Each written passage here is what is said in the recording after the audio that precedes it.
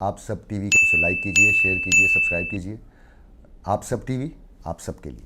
आजिर और अजीर, ताजिर और सारिफ, ये सब वो लोग हैं जिन पर मईशत का दारोमदार होता है।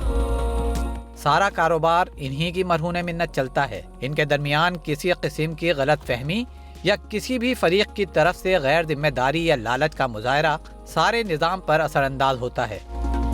ऐसी सूरत हाल में सबसे ज्यादा मुतासिर होने वाला तबका कंज्यूमर यानी सारिफ ही होता है, और सबसे ज्यादा हक तलफी सारिफ की ही होती है। सारिफ की मुसलसल हक तलफी ने ज़रूरत पैदा की एक ऐसी तंजीम की जो सारिफ के हुकूक का तहफ़्फ़ुज़ कर सके। ऐसे में कोकब इकबाल ने कंज्यूमर एसोसिएशन की बुनियाद डाली और सारिफ के हुकूक के तहफ़्फ़ुज़ का बेड़ा उठाया। कोकब साहब की जहती शख्सियत और इनकी तंजीम से मुताल्लिक़ बातचीत करने हम इनके दफ्तर जा पहुँचे। इनसे की जाने वाली गुफ्तगू आप सबकी नज़र है। अपने ख़ानदानी पस मंज़र के बारे में कुछ बताइए।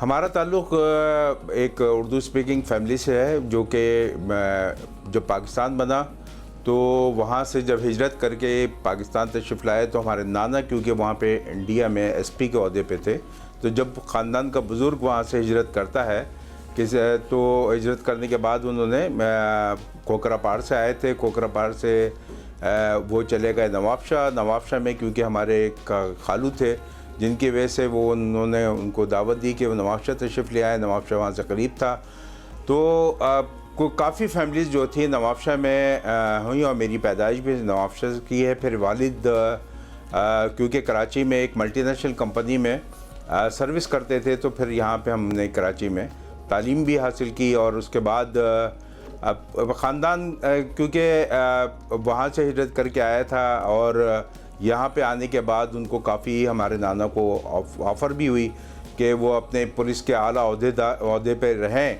मगर उन्होंने इसको मज़ीद और कंटिन्यू करना नहीं किया।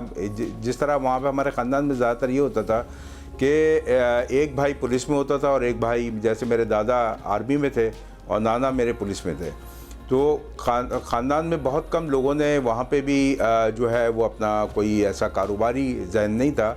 मगर यहाँ आने के बाद कुछ लोग जो है ज़्यादातर बैंकों से वाबस्ता रहे, और मेरे वालिद जो थे वो उन्होंने मल्टीनेशनल कंपनी में एक बड़े एग्जीक्यूटिव ओहदे पे थे, और कस्टम क्लियरिंग के डिपार्टमेंट के हेड भी रहे। तो उसमें जो है वो उन्होंने मुझे एक अपनी तरबियत, अपनी वालदा, और एक यहाँ पर उसके बाद हमारा जो सिलसिला था वो ज़ाहिर है कि शुरू हुआ, और कराची में फिर हमने तालीम हासिल की और कराची में ही पले बढ़े। और उसके बाद हालांकि सिंध आना जाना, क्योंकि जब तक के नाना हमारे वहाँ पे रहे और वहाँ पे एक बड़ा घर था, तो काफ़ी फैमिलीज़ वहाँ पे मौजूद होती थी।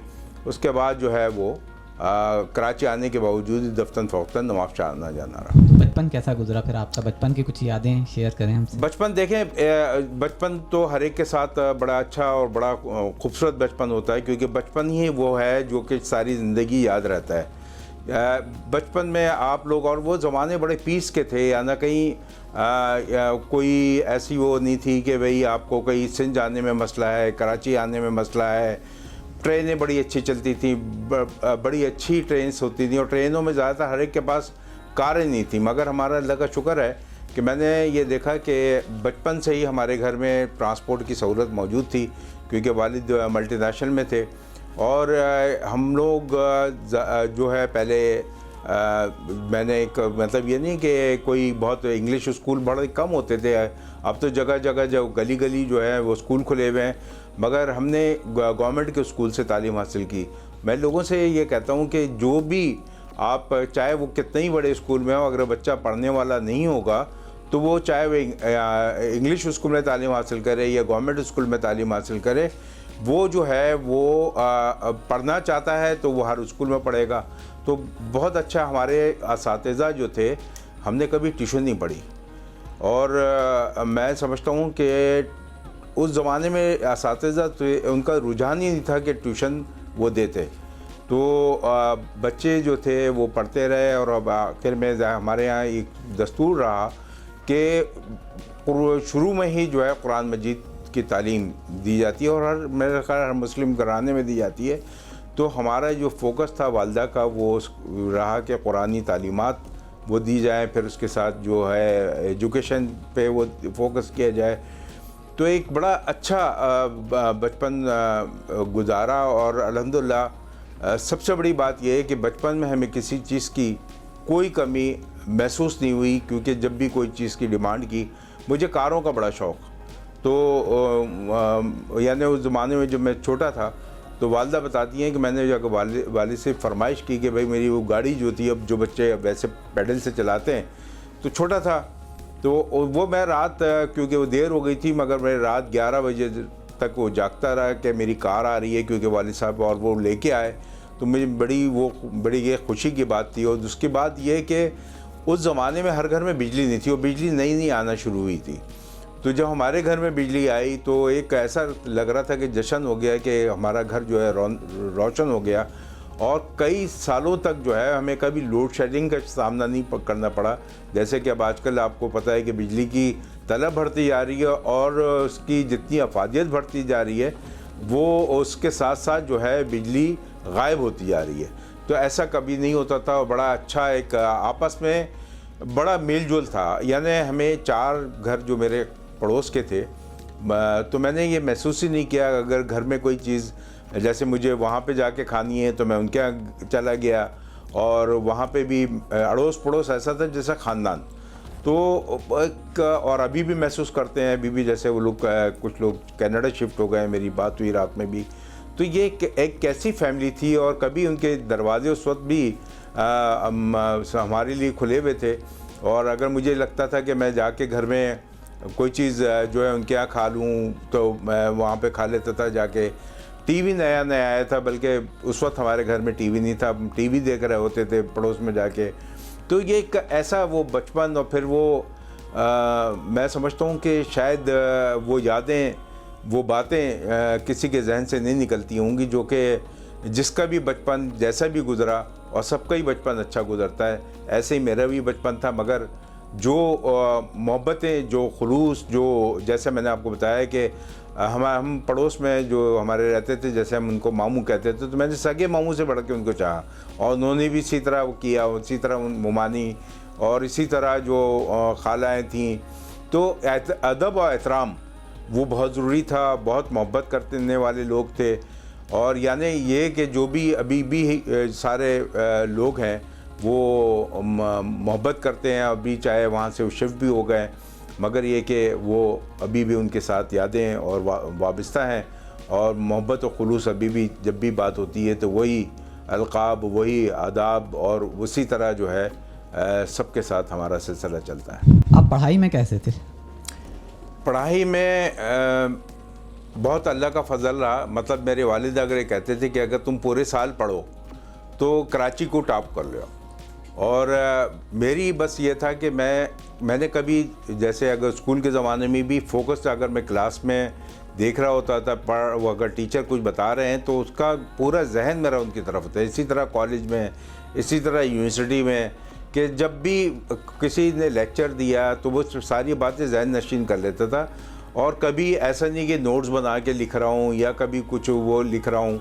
और स्कूल के ज़माने में ये समझें कि जब मैं 8th क्लास में था तो सोशल सेक्रेटरी था, फिर उसके बाद 9th में गया तो जनरल सेक्रेटरी हुआ, फिर 10th में गया तो प्रेसिडेंट बन गया। तो मगर एक हफ़्ता यानी एग्ज़ाम से पहले पुरजोश तरीके से पढ़ाई, और बड़ी कंसंट्रेशन के साथ पढ़ाई की। और अल्हम्दुलिल्लाह आज भी अगर कोई MBA भी मेरे सामने बैठ जाता है तो मुझे नहीं लगता कि वो इतना काबिल होगा कि लोग मुझसे पूछते हैं कि आपने कहाँ से पढ़ा, किन यूनिवर्सिटी से पढ़ा, कहाँ बाहर तालीम हासिल की। तो तालीम आजकल जो है ये अगर कोई सीखना चाहता है तो हमारा जो कंप्यूटर है, ये आजकल के जदीद दौर में अगर आप जाएं तो दुनिया की तमाम तालीमात जो है, चाहे वो मजहबी तालीम हो, चाहे वो अंग्रेज़ी तालीम हो, चाहे वो फ्रांसीसी हो, पाकिस्तान के मुतालिक हो, आपकी हिस्ट्री हो, वो सब कुछ आप सीख सकते हैं। मगर सीखने की लगन होनी चाहिए और सोच अच्छी होनी चाहिए। तो मैं समझता हूँ कि अब ग्लोबल विलेज है, और कंप्यूटर जो है वो आपको PhD भी करा देता है, ऑनलाइन आपके क्लासेस भी हो रही हैं, और ये ऑनलाइन कोर्सेज भी हो रहे हैं। तो ये एक शौक़ है कि शौक़ में जो है अगर तालिब इल्म को मैं समझता हूँ कि कोई ना माँ बाप उसको पढ़ा सकते हैं, ना कोई टीचर उसको पढ़ा सकता है।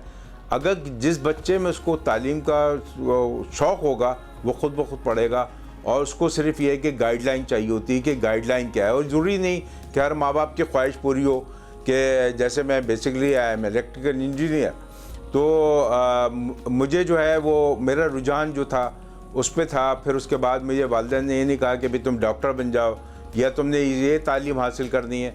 तो तालीम के लिए आपके बच्चे का जिस तरफ रुझान हो, यानी अगर आप कोई टॉयज़ ऐसे हैं जैसे देखते होंगे बच्चे कुछ जो है वो किसी गाड़ी के पहिए अपने टॉयज़ के निकाल रहे हैं, खिलौने के निकाल रहे हैं, लगा रहे हैं, इसका मतलब उसका जो है वो इंजीनियरिंग की तरफ रुझान है। और जैसे कोई बच्चे आजकल डॉक्टरी की छोटी छोटी चीज़ें मिलती हैं और बच्चा अगर वो उसको डॉक्टरी के हिसाब से वो देख रहा है, उसकी तरफ उसकी तवज्जो ज़्यादा है, वो देख रहा है कि डॉक्टर क्या करता है, और वो उसके पास जो टॉय का वो सेट है, पूरा मेडिकल सेट है, वो किस तरह यूज़ करता है। इसका मतलब ये है कि वो बच्चा जो है मेडिकल लाइन में जाने की आगे जो उसका मुस्तकबिल है वो बच्चे का मेडिकल लाइन की तरफ रुझान है। मगर हमारे यहाँ ये होता है कि हम ये कहते हैं कि नहीं जी हमारा जो बच्चा है वो मेडिकल में पढ़े, वो हमारा बच्चा इंजीनियरिंग करे। कोई ये नहीं कहता कि भाई कोई कहता है कि हमारा बच्चा चार्टर्ड अकाउंटेंट बने।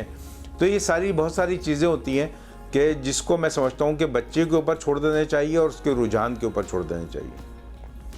माशाल्लाह, अब आप एक कामयाब इंसान कहलाते हैं। सही है, कामयाब इंसान बनने में किसका किरदार रहा है? कोई ऐसा टीचर या फिर आपके माँ बाप? मैं अपने सबसे पहले तो अपने माँ बाप का मैं कहूँगा, खुसूसी तौर पे मेरी वालदा का। यानी वालदा ने जो तरबियत दी है, हमारी ज़रूरत नहीं हो सकती थी कि हम कोई अगर मगरिब हो जाए और घर से बाहर रह जाएं, और कोई दोस्तों में बैठे हुए बहुत सारे बच्चे हम देखते थे कि भाई वो, और मेरे वालिद ये कहते थे कि हर हाथ मिलाने वाला दोस्त नहीं होता, तो दोस्त बड़े मुख्तसर रखो जो आपके काम आए और आपसे मोहब्बत करें। तो ये तरबियत जो दी मेरी वालदा का बड़ा फोकस था। ज़ाहिर है हालांकि वो एक बड़े घराने से, यानी बचपन में उनको शहज़ादियों की तरह वो रहीं, और उन्होंने जो उनको चीज़ें मैसर होंगी। एक एसपी की बेटी थी, इंडिया में एसपी का ओहदा बहुत बड़ा होता था क्योंकि सूबेदार भी उस वक्त का बहुत बड़ा एक वो कहलाता था। तो मेरी वालदा ने भरपूर तरीके से, और हमें ये देखे कि तरबियत देने के साथ साथ उन्होंने, अगर हमारे वालिद की वो कहते थे कि जी हमें 100 आदमियों की दावत करनी है घर पे, तो वो घर कहीं बाहर से बन के नहीं आता था खाना। तो इसी तरह वालदा ने हमारी पढ़ाई पे बड़ी तवज्जो दी। हमें जो है कभी वालिद ने डांटा नहीं, कभी मतलब कोई थप्पड़ नहीं मारा, मगर उन्होंने खौफ ऐसे दिलाया हुआ था बाप का। क्योंकि घर में अगर मैं समझता हूँ कि माँ बाप में से एक आदमी का, यानी चाहे माँ हो चाहे बाप, उसमें से एक का रोब जो है वो बच्चे पे होना चाहिए, उसका खौफ होना चाहिए। क्योंकि अगर उसको बेपरवाह छोड़ दिया गया, लापरवाह छोड़ दिया गया, तो बच्चा कहीं भी अपनी तरफ मुंह उठा के निकल सकता है। उसके ऊपर देखने की ज़रूरत होती है। वो हमसे बेशतर मेरे वालिद पूछते थे, भाई अपने दोस्तों को बुला लो, आओ जो उनको खाना खिलाओ, ताकि उनको ये मालूम होता था कि मैं किस सर्किल में उठ रहा हूँ, बैठ रहा हूँ, मेरे दोस्त कौन से हैं, अच्छे हैं, उबाश हैं, किस कस्म के हैं, पढ़ने लिखने वाले हैं। तो ये समझता हूँ कि वालिदैन का अब जो है, वालिदैन अपनी औलाद पे तवज्जो नहीं देते, वो तवज्जो देनी बहुत ज़रूरी है। बच्चों के साथ टाइम देना बहुत ज़रूरी है, और उनको वॉच करना बहुत ज़रूरी है। अगर वो कंप्यूटर भी बैठे हुए हैं और उनके हाथों में, अब तो हर बच्चे के हाथ में वो है, बल्कि पैदा होने के साथ ही अगर बच्चा चाहे 4 महीने का ही होता है तो उसको मोबाइल थमा दिया जाता है ताकि वो जो है खाना खाने लगे, और उसको जो है उसका जो फोकस है वो उसके ऊपर हो जाए, मोबाइल पे उसकी ट्यून लगा दी जाती है या कोई खेल दे दिया है। मैं समझता हूँ कि इसके साथ साथ और जो बड़े बच्चे हैं उनके ऊपर तवज्जो देने की ज़रूरत होती है कि वो मोबाइल पे वो कहीं इधर उधर तो नहीं जा रहे, कोई अपना उनका फोकस क्या है, उनके दोस्त क्या है, उनका अब तो बहुत सारा सोशल मीडिया शुरू हो रहा है, किस सोशल मीडिया पर हैं। तो ये एक अच्छा इंसान बनाने के लिए माँ बाप को चाहिए कि वो उनके ऊपर बहुत तवज्जो दें। और अगर ज़ाहिर है कि औलाद होती है, जब किसी के यहाँ कोई बेटा पैदा होता है, बेटी पैदा होती है, तो कितनी खुशियाँ मनाई जाती हैं, और अगर उसका बच्चा बिगड़ जाए तो माँ बाप को सारी ज़िंदगी बड़ी जहनी कोफ्त मिलती है। तो मैं समझता हूँ कि मेरे वालिदैन ने बहुत किरदार अदा किया मुझे बनाने में, और उसके साथ साथ मेरे असातिज़ा जो कि पुरखुलूस असातिज़ा थे। यानी स्कूल में मैं समझता हूँ कि वो उनकी बड़ी सोच अच्छी थी, और जितने भी ये नहीं कि सिर्फ मेरे पर ही फोकस करते थे, वो तमाम जितने भी पूरे क्लास का एक एक बच्चा होता था उसके ऊपर फोकस का। कोई अगर वीक होता था बच्चा तो उसके ऊपर भी। तो ये मैं समझता हूँ कि असातिज़ा और वालिदैन ये बड़ा एक किरदार है। पहली नौकरी आपने फिर आप कब की? देखिए, मैंने जब ग्रेजुएशन किया, उसके बाद इंजीनियरिंग करने के बाद मेरा तो ये था कि मेरी नौकरी मेरे पीछे भागती थी और मैं नौकरी को लात मारता था। ये समझें कि अब एक बहुत बड़ी फार्मास्यूटिकल कंपनी थी, उसमें मैंने नौकरी की। तो मुझे जब मैं तैयार होकर बाहर निकलने लगता था, क्योंकि इलेक्ट्रिकल डिपार्टमेंट होता था मेरे पास, तो वो कहते थे कि साहब अभी और जो है शाम में उसका कुछ और काम आ गया है, तो आप ज़रा देख लें, स्टाफ को रोक लें। तो मुझे बड़ा बुरा लगता था कि यार 5 बजे का टाइम है और हम निकल रहे हैं और इस वक्त यहाँ पे ये बता दिया जाता है। तो मैं समझता हूँ कि फिर उसके बाद मैंने और भी नौकरियाँ, यानी नौकरी लोग कहते थे, बल्कि मेरे दोस्त कहते थे कि यार क्या वजह है कि ये नौकरी तुम्हारे पीछे और तुम नौकरी छोड़ देते हो, अच्छा नहीं लगता। फिर उसके बाद मैंने एक गवर्नमेंट जॉब में भी रहा और बड़ी हाई उस पर प्रोफाइल पे, मगर मुझे शायद गवर्नमेंट जॉब भी जो है वो नहीं लगी, क्योंकि मेरे वालिदैन ये कहते थे, मेरे खुसूसी तौर पे मेरे वालिद ये कहते थे कि बेटा तुम्हारे वालिद ने जो है ना तुम्हें कभी हराम की नहीं खिलाई। जितनी भी मेहनत से, जितना भी जो भी स्टेटस है वो हमारे पास एक एक पैसा हलाल का है। तो कोशिश करो, क्योंकि गवर्नमेंट में ज़्यादातर कहीं ना कहीं ऐसी बात हो जाती है, चाहे आप गवर्नमेंट की बड़ी गाड़ी भी यूज़ कर रहे हैं और अगर अननेसेसरी वो कार या गाड़ी या जीप जो भी यूज़ कर रहे हैं वो अगर अपने ज़ाती मफाद के लिए यूज़ कर रहे हैं तो वो भी उसमें आता है। इसीलिए मेरे वालिद ने समझाया कि भाई आप जो है गवर्नमेंट जॉब छोड़ दें, और उसके बाद गवर्नमेंट जॉब छोड़ के अल्हम्दुलिल्लाह पूरी दुनिया का सैर भी की और बिज़नेस सिलसिले में भी मैं पूरी दुनिया घूमा। और अल्लाह का करम है कि मालिक ने मेरे ख़ानदान में, हालांकि बहुत कम बिज़नेस से वाबस्ता थे, मगर जोड़िया बाज़ार में जब मैंने अपने कदम रखा तो वहाँ पे भी एक नाम किया और वहाँ पे भी तमाम जितने बड़े बड़े पुराने काम करने वाले थे उनको पीछे छोड़ा। इसी तरह जब कस्टम क्लियरिंग के बिज़नेस में आया तो अल्हम्दुलिल्लाह आज भी FBR हमें सर्टिफिकेट देती है और बड़ा हमारा एक काम है। और उसके हिसाब से जो है फिर वो एक NGO जो कायम किया आपके सामने है कि उसमें किस तगोदोग के साथ काम किया। आज अल्हम्दुलिल्लाह पूरे पाकिस्तान में कंज्यूमर एसोसिएशन का नाम लिया जाता है, कंज्यूमर प्रोटेक्शन एक्ट नाफिज हो चुके हैं। और उसके साथ साथ यानी अब लोगों को अपना शऊर आता जा रहा है कि सारिफ की हकीकत क्या है और सारिफ के हुकूक क्या है। तो कंज्यूमर एसोसिएशन बनाने का ख्याल आपको कैसे आया? मैं मलेशिया गया था अपने बिज़नेस के सिलसिले में, तो वहाँ पे 15 मार्च का एक वो था, मैंने देखा कि रोड के किनारे वहाँ पे लोग कुछ खड़े हुए हैं और अपना बैनर्स लिए हुए खड़े हुए हैं, उनके पास कुतबे हैं जिसके ऊपर लिखा हुआ। तो मैं करीब जाके देखा तो वो कंज्यूमर एसोसिएशन से वाबस्ता लोग थे। और तो मेरी भी दिलचस्पी हुई कि हमारे पाकिस्तान में क्यों नहीं है ये कंज्यूमर्स एसोसिएशंस होती क्या हैं, क्या करती हैं, इनका काम क्या है। जब मैं उनके दफ्तर में गया तो मुझे मालूम चला, उनकी बाकायदा मैंने मालूमात हासिल की। फिर इसी तरह आने के बाद मैंने पूरी दुनिया की तमाम एसोसिएशंस जितनी भी यहाँ कंट्री की उनकी वेबसाइट को विज़िट किया, उनके बारे में मालूमात हासिल की। फिर कंज्यूमर इंटरनेशनल से रब्ता कायम किया और उसके बाद अल्हम्दुलिल्लाह मतलब 2000 में हमने एक काम शुरू किया और आज आप ये देखिए कि 2020 है, यानी और 20 साल में जो मैंने काम किया वो रात दिन काम किया। ऐसा होता था कि बाज़ औक़ात इतना काम करने का शौक़ था, जैसे चाचा क्रिकेट यहाँ पे मशहूर हो गए और पूरी दुनिया में उनको स्पॉन्सर अप किया जाने लगा क्रिकेट का हवाले से। तो इसी तरह मेरा बड़ा मलेशिया आना जाना, बड़ा वहाँ पे मैनेजमेंट कोर्सेज़ में शिरकत, और इसी तरह पाकिस्तान श्रीलंका फ्रेंडशिप एसोसिएशन का भी मैं प्रेसिडेंट हूँ। तो अल्लाह का काम है, मैं समझता हूँ कि जो काम करता है और खुलूस नीयत से करता है तो अल्लाह ताला उस काम में, उस मिशन को आगे बढ़ाते हैं। तो आपको अपने काम में किस हद तक कामयाबी नज़र आती है? मैं ये देखता हूँ कि अगर कंज्यूमर एसोसिएशन का काम मैं देखूँ तो राइज़ ही किया, और आज हम जिस जगह पे खड़े हुए हैं उन तमाम ममालिक में जो कि 50 साल से यूरोपियन कंट्रीज़ में काम हो रहा था, अल्हम्दुलिल्लाह हमने 20 साल में वो काम करके दिखाया कि शायद लोग मुझसे कहते थे कि ये काम इम्पॉसिबल है, तो मैं कहता था कि उस इम्पॉसिबल काम को पॉसिबल बनाना अल्लाह के करम से आज मैं खुश हूँ। मेरी बड़ी पूरी टीम पूरे पाकिस्तान में मौजूद है। सिंध में हमारे चेयरमैन अलहदा हैं, पंजाब के चेयरमैन अलहदा हैं, डिस्ट्रिक्ट चेयरमैन अलहदा हैं, और हमने जिस तरह काम किया आज अल्हम्दुलिल्लाह पाकिस्तान में चारों सूबे में कंज्यूमर प्रोटेक्शन एक्ट है, उसके साथ साथ पंजाब में पंजाब फूड अथॉरिटी काम कर रही है, 11 डिस्ट्रिक्ट्स में कंज्यूमर कोर्ट्स हैं पंजाब में, सिंध में सिंध कंज्यूमर फूड अथॉरिटी काम कर रही है।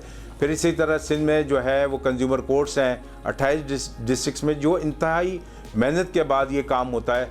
और उसके साथ साथ जो है पाकिस्तान के 3 बड़े डिपार्टमेंट जो हैं, स्टेट बैंक ऑफ पाकिस्तान, उसमें भी कंज्यूमर प्रोटेक्शन डिपार्टमेंट कायम हो चुका है, सिविल एविएशन में भी कंज्यूमर प्रोटेक्शन डिपार्टमेंट कायम हो चुका है।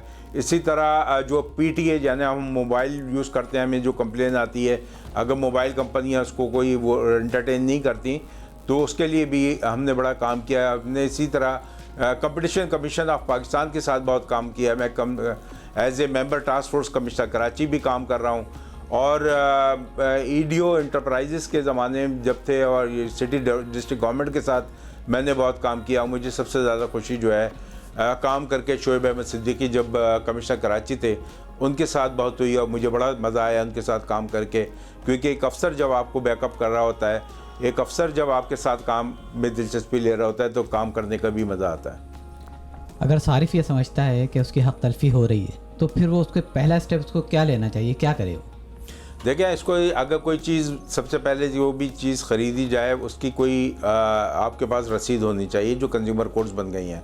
अच्छा, कंज्यूमर कोर्ट्स के बारे में बताता चलूँ को कोई वकील करने की ज़रूरत नहीं होती। आप सबसे पहले अगर किसी कंपनी का कोई प्रोडक्ट ले आते हैं, चाहे वो इलेक्ट्रॉनिक आइटम लाते हैं, चाहे वो आप मोबाइल लेके आते हैं और उसमें जो है आपको गारंटी वारंटी दी जाती है, तो वो गारंटी वारंटी जो है वो एक्सेप्ट नहीं कर रहा, उसमें कोई मोबाइल फ़ोन में प्रॉब्लम आती है तो आप उसके डीलर से रब्ता कायम करते हैं। अगर वो ये कहता है नहीं साहब ये हमारा फॉल्ट नहीं है या मैं इसके पैसे लूँगा, तो आप उसकी कंपनी को लिख सकते हैं, उसके डीलर को लिख सकते हैं कि आपने ये वारंटी दी, गारंटी दी, तो आप उसको एक्सेप्ट करें, अगर otherwise I have to go to consumer courts. और आप ये देखिए कि अब तो एक अभी हाल ही की एक परसों तरसों की न्यूज़ है कि जिसमें उसने किसी सारिफ ने हमारे एक गाड़ी बुक कराई थी, जिसको डिले कर दिया तो कंज्यूमर कोर्ट्स में चला गया। उसने सारिफिन की अदालत का दरवाज़ा खटखटा लिया और उसमें कहा कि जनाब इसको गाड़ी जो थी फ़लाना तारीख को देनी थी और इसको डिले कर दिया है तो इसकी कंपनसेशन दी जाए। तो ये अल्हम्दुलिल्लाह एक सार्फिन में बड़ी अपनी आगाही आ रही है अपने राइट्स के बारे में, जो ऐसा पहले कभी नहीं था, जिसमें कंज्यूमर एसोसिएशन ऑफ पाकिस्तान की जो आगाही मुहिम जिसमें हम कंज्यूमर आगाही मुहिम के तहत जो है मुख्तलिफ सार्फिन के लिए कॉन्फ्रेंसेस करते हैं, जिसमें हम सेमिनार मुनक्किद करते हैं, तो उससे काफ़ी आगाही, जिसमें अभी हाल ही में आपने देखा कि consumer food safety and quality conference मुनक्किद की गई, जो पाकिस्तान की सबसे बड़ी जो है वो कॉन्फ्रेंस थी। इसी तरह अभी हम करने जा रहे हैं कंज्यूमर साइटी एंड टेलीकॉम कॉन्फ्रेंस के, जो डिजिटल पाकिस्तान जो हमारे प्राइम मिनिस्टर साहब का फोकस है, विजन है, उसके ऊपर हम एक कॉन्फ्रेंस इंशाल्लाह बड़ी मुनक्किद करने जा रहे हैं। इसी तरह हम एयर पैसेंजर्स राइट पर कॉन्फ्रेंस करते हैं। इसी तरह हम जो है वो अपनी कंज्यूमर्स फाइनेंशियल सर्विसेज पर कॉन्फ्रेंस करते हैं कि बैंक्स क्या कर रहे हैं कंज्यूमर्स के साथ, और इस्लामिक बैंकिंग क्या है, फिर इसके साथ आपकी जो उसमें जो इंश्योरेंस कंपनीज़ हैं वो क्या कर रही हैं, किसी की हक तलफी तो नहीं हो रही, उसमें हम तमाम उनसे रिलेटेड इंडस्ट्रीज़ को बुलाते हैं, लोगों को बुलाते हैं। और इसी तरह जो है फिर हमारी एक जो अभी जनवरी में होगी वो हमने रोड सेफ्टी के ऊपर बड़ी कॉन्फ्रेंस मुनक्किद करते हैं, ताकि रोड सेफ्टी के बारे में लोगों को आगाही और उसके साथ साथ वो लाइसेंस लें, और रोड के ऊपर जब वो कोई भी बाइक चलाए, गाड़ी चलाए, कार चलाए, ट्रक चलाए, कुछ भी चीज़ चला रहा है तो उसको रोड्स के बारे में पता हो, उसको आगाही हो कि मुझे किस स्पीड पे जाना है, किस तरह जाना है और कैसे जाना है, और कितनी ड्राइव करनी है, कितनी स्पीड से हमारी गाड़ी चलेगी, और हादसा से कैसे बचना है, जिसमें हमने सबसे ज़्यादा जो तवज्जो दी और जिस पे DIG कराची जो है ट्रैफिक के, उन्होंने बड़ा काम किया हमारे साथ, जावेद मेहर साहब ने मिलके, और उन्होंने जो है यानी रॉन्ग वे के ऊपर हमने बड़ा फोकस किया। रॉन्ग वे पे उन्होंने बहुत लातादाद यानी अपने स्टाफ के साथ उनको हिदायत दी, और ये अल्लाह का करम है कि हमारी जो अचीवमेंट है वो आपके सामने मौजूद है। ऑनलाइन शॉपिंग आजकल एक नए दौर की नई शॉपिंग का अंदाज़ है। लेकिन इसमें अक्सर सारिफीन को शिकायत आती हैं कि चीज़ कुछ पसंद की जाती है, पहुंचती कुछ है। तो इस सिलसिले में आप क्या कर रहे हैं? देखिए, ये मैं समझता हूँ कि जितने भी यहाँ पे वो ऑनलाइन पे जो लोग काम कर रहे हैं, जो बिज़नेस कर रहे हैं, अगर वो अपना ट्रस्ट ख़त्म कर देंगे सारिफ पे, तो वो सारिफ उनसे मज़ीद फिर अशिया नहीं मंगाएगा। दूसरी बात ये, एक तो मैं सारिफिन से कहता हूँ कि जनाब ऑनलाइन कोई पेमेंट ना करें, खुसूसी तौर पर पाकिस्तान में। और पाकिस्तान क्या, दुनिया में अगर वो आपसे ऑनलाइन पेमेंट मांगता है तो मत दीजिए, क्योंकि आपका कार्ड भी कहीं इस्तेमाल हो सकता है, आपका जो कोड है वो भी कहीं इस्तेमाल हो सकता है। ये ऐसे ऐसे बदमाश वहाँ पे मौजूद हैं कि सब कुछ खोल लेते हैं। पाकिस्तान के अंदर तो आपको आप कहें कि कैश ऑन डिलीवरी होगी तो हम पेमेंट करेंगे, अदरवाइज नहीं। और अगर आपको ये आपका हक है, कोई माइका लाल रोक नहीं सकता कि आप जो चीज़ वो लेके आए, जब तक वो तसल्ली ना कर लें, खोल के ना देख लें आपका कंसाइनमेंट जो आया है, जो आपका पैकेट आया है, वो खोल के ना देख लें कि जो चीज़ आपने मंगाई है वही है तो ठीक, और नहीं अगर वो है तो आप पेमेंट करें और उसको रख लें, और नहीं तो आप जो है उसको रिटर्न कर दें और उसकी शिकायत करें। जैसे कोरियर कंपनी की भी हमारे पास शिकायतें बहुत ज़्यादा आ रही हैं, तो हम उसके ऊपर एक्शन ले रहे हैं। और उसके बाद जो अभी मैंने मालूम किया कि वो उस कंपनी के जो चेयरमैन साहब हैं वो इंग्लैंड में हैं, जैसे ही वो कराची तशरीफ लाएंगे मैं उनके साथ खुद रब्ता करूंगा, उनसे टेलीफोन पे बात करूंगा, उनको बताऊंगा कि ये ऐसा है और आपको ये ज़रूरी बताना होगा कि किस जगह से लेके आए और किस जगह। ऐसा नहीं हो सकता कि क्योंकि कितनी बड़ी कोरियर कंपनी है, उसको ये पता होता है कि हमने ये माल कहाँ से उठाया, और जब हमारा सारिफ शिकायत करता है तो वो कहते हैं कि साहब हमें पता नहीं कहाँ से आया है।